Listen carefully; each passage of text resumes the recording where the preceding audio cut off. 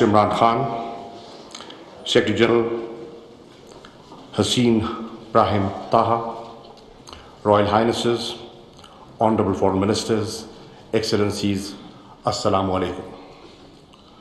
I welcome you all to the 48th session of the OIC Council of Foreign Ministers themed on unity, justice and development. It is a matter of pride for us to host this meeting in 2022, which marks the 75th anniversary of Pakistan's independence. We commend the leadership role of the Kingdom of Saudi Arabia as the OIC Summit Chair. We also express profound gratitude to the OIC General Secretariat for facilitating this important meeting. Let me also express our highest appreciation to the Government of Niger for hosting the last CFM and leading the organization during the past year. Distinguished delegates, I am confident that our work during the next 2 days will be guided by the eternal Islamic values of amity and brotherhood, as embodied in the Quran and the teachings of the Holy Prophet, peace be upon him. The OIC is the collective voice of nearly 2 billion Muslims. It is a bridge among Muslim nations and between the Muslim world and the international community. Promoting solidarity and cooperation within the Muslim Ummah is one of the central pillars of Pakistan's foreign policy. As chair of the OIC CFM during 22-23, Pakistan's overarching goal shall be to solidify this bridging role further. Distinguished delegates, I want to take this opportunity to reflect on some of our collective recent achievements. Indeed, a consequence of our partnership for unity, justice and development, the very theme of the OIC CFM.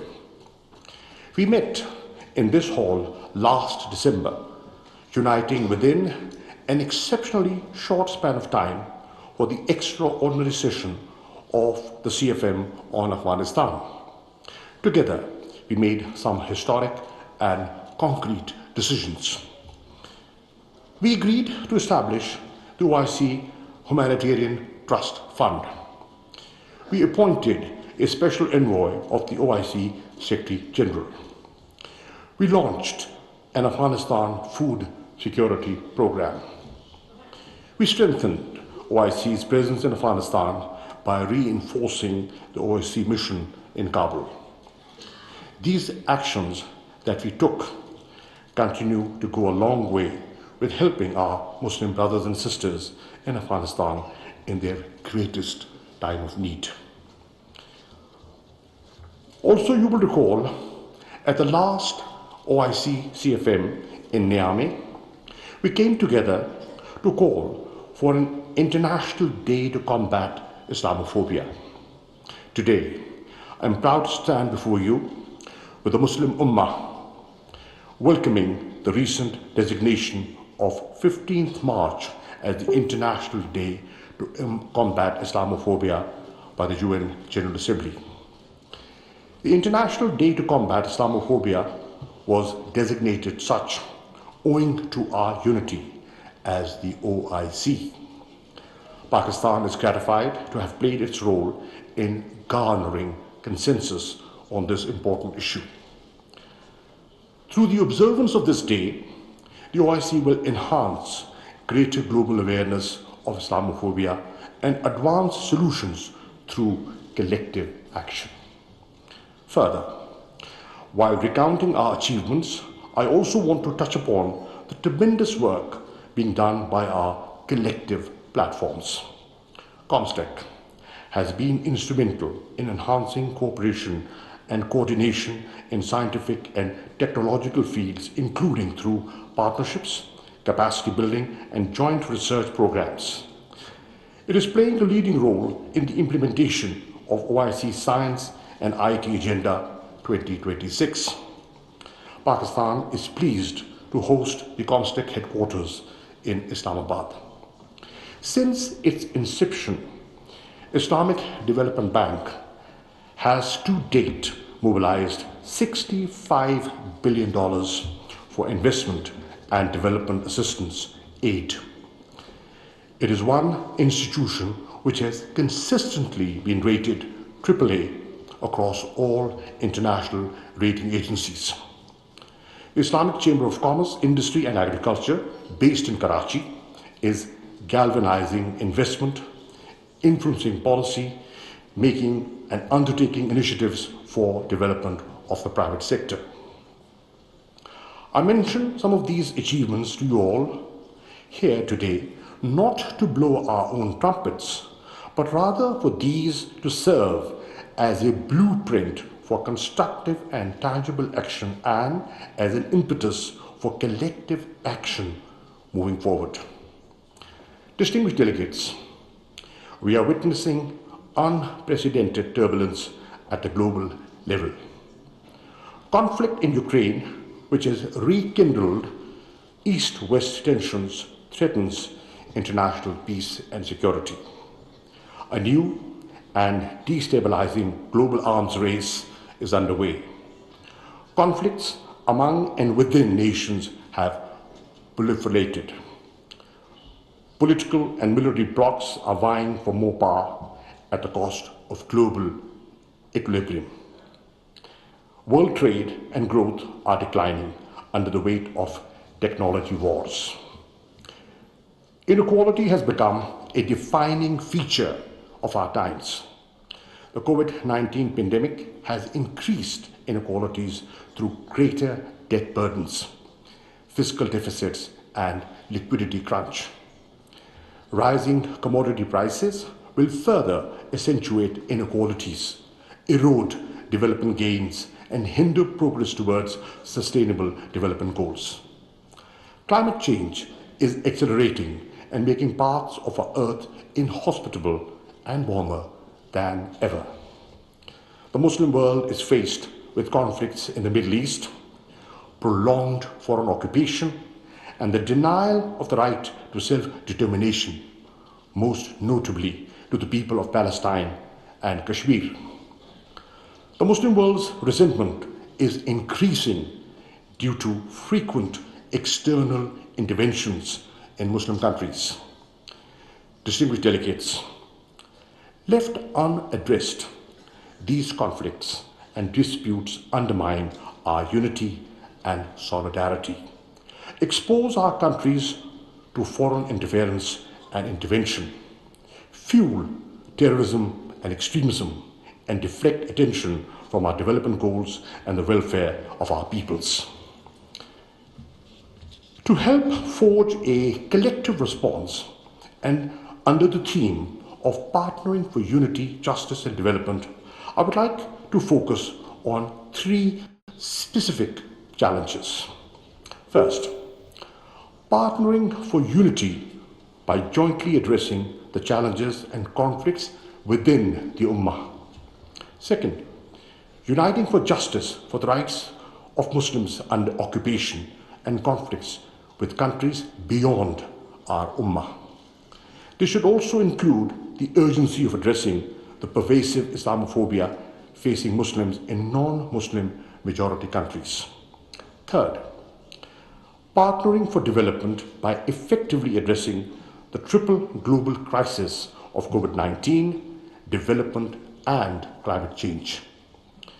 Distinguished delegates, the Holy Quran says to the believers, "Hold fast, all of you, to the cord of Allah and be not divided." In this era of global turmoil, the situation of Muslims in many parts of the world is heart-wrenching. Currently, more than 60% of all conflicts in the world exist in Muslim countries.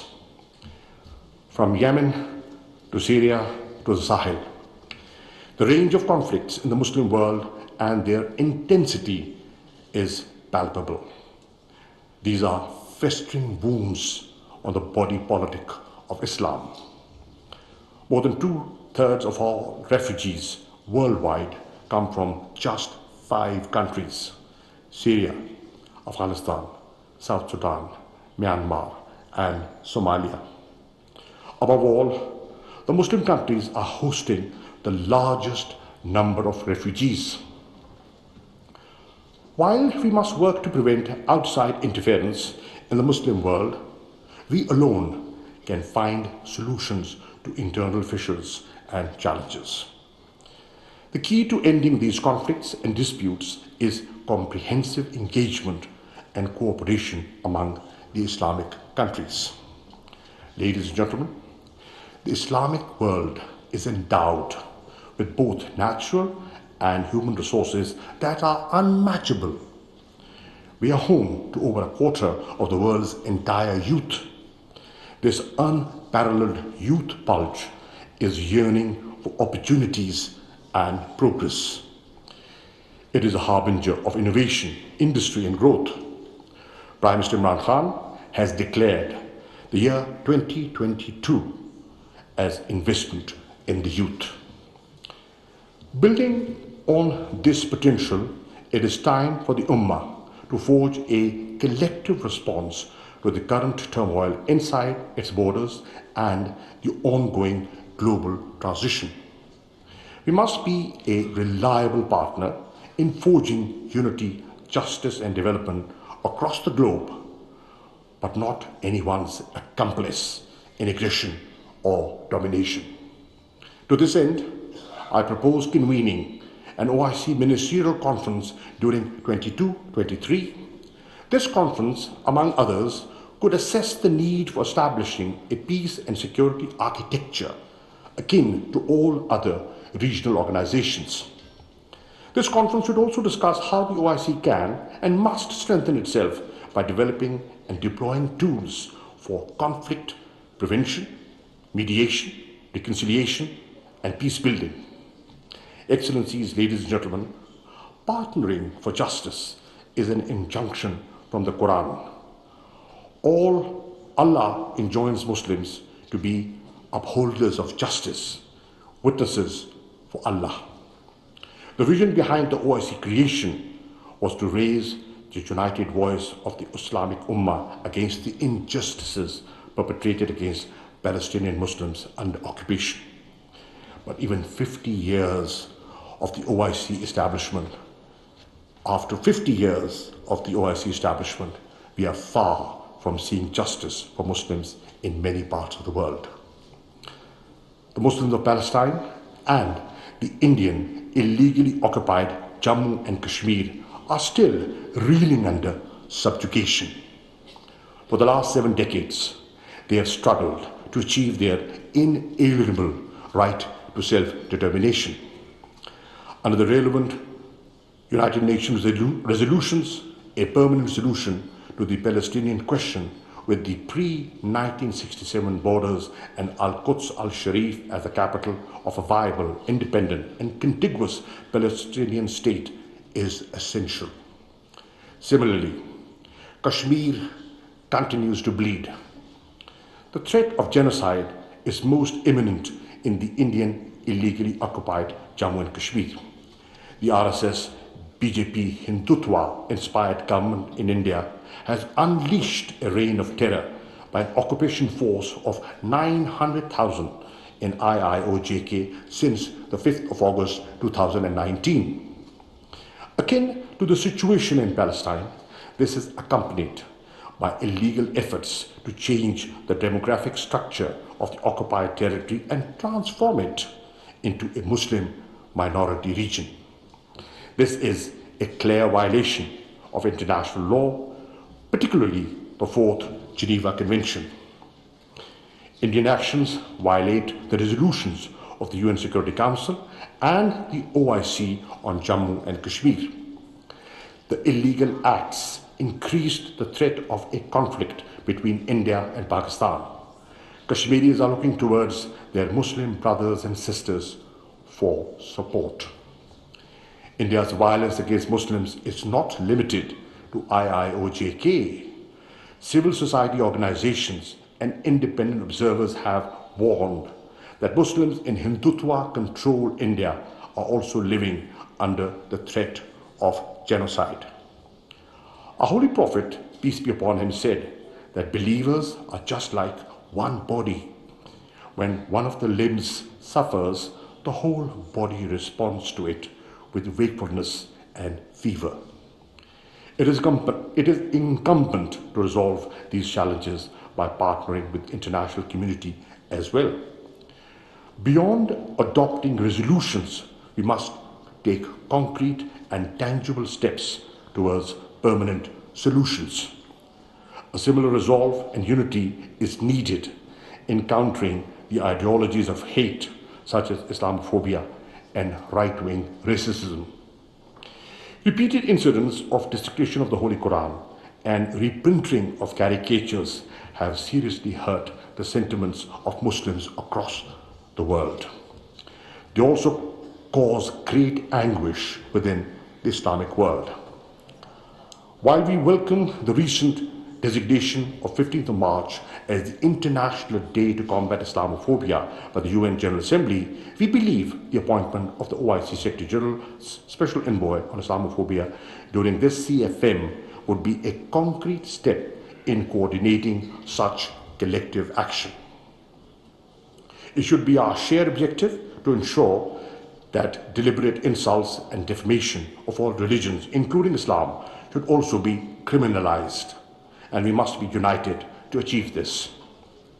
I propose that the Secretary General OIC develop a comprehensive report on the theme of partnering for justice and present recommendations to the next OIC CFM on how the OIC, through proactive and innovative diplomacy, could strengthen its role in securing justice for the long oppressed Muslims facing hateful ideologies and occupation.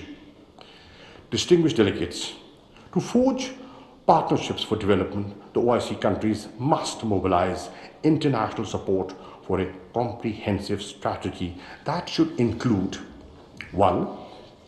Vaccine equity. Everyone, everywhere must be vaccinated against COVID-19. 2. Increased development financing. This can be ensured through comprehensive debt relief and restructuring, expanded ODA, redistribution of at least half of the unutilized SDRs to developing countries, and provision of the promised climate finance. 3rd, accelerated climate action. The agreement reached at Glasgow must be the baseline for future discussions. The OIC must call for additional commitments by the international community to achieve the agreed mitigation targets, support for adaptation and loss and damage in developing countries due to climate change. 4. The resolute action against illicit financial flows, corruption, and illegal transfer of assets have adversely impacted many Muslim countries, including Pakistan. The OIC countries must develop a comprehensive legal framework to halt and reverse the illicit financial flows and stop this grave economic injustice. We must call for the implementation of the recommendations of the UN Secretary General's FACTI panel. Excellencies, ladies and gentlemen, underdevelopment, poverty, and corruption remain serious threats to the future security and stability of our societies. In an era of economic and financial unpredictability, development partnerships among OIC member states would be of vital importance. OIC member states have tremendous natural and human resources which must be utilized effectively through trade, joint research and development projects, trainings, and investment.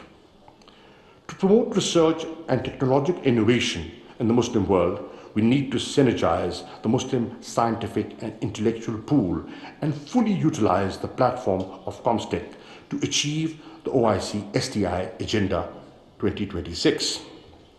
We also need to take advantage of a preferential system of trading among the OIC member states. In this regard, the framework agreement needs to be ratified expeditiously by OIC. We should also come together and build convergences on removing international barriers to development. Our common ground on the need to reform the global economic architecture will strengthen the voices calling to make it equitable. Distinguished delegates, before I conclude, I would like to draw your attention to the situation in Afghanistan. While the progress we made at the extraordinary session of the CFM on Afghanistan was timely, we need to build on them. Addressing the humanitarian crisis in Afghanistan and preventing a collapse of the Afghan economy must remain our top priorities. In doing so, we must encourage and support the efforts of the Afghan authorities to eliminate Daesh. Effective strategies are also needed to deal with other terrorist groups in Afghanistan like TTP, ETIM, IMU, and Al-Qaeda. We must guard against spoilers that wish to continue destabilizing Afghanistan and using its territory to promote terrorism. A peaceful, stable, inclusive, prosperous, and connected Afghanistan is in the best interests of us all. Ladies and gentlemen, the time has come for OIC to strengthen and equip itself to address contemporary challenges and conflicts confronting the Muslim Ummah. Pakistan stands ready to play its part as a bridge builder in promoting regional and OIC-driven solutions to these conflicts and disputes. With the hope and prayer for true OIC unity and solidarity, I thank you all.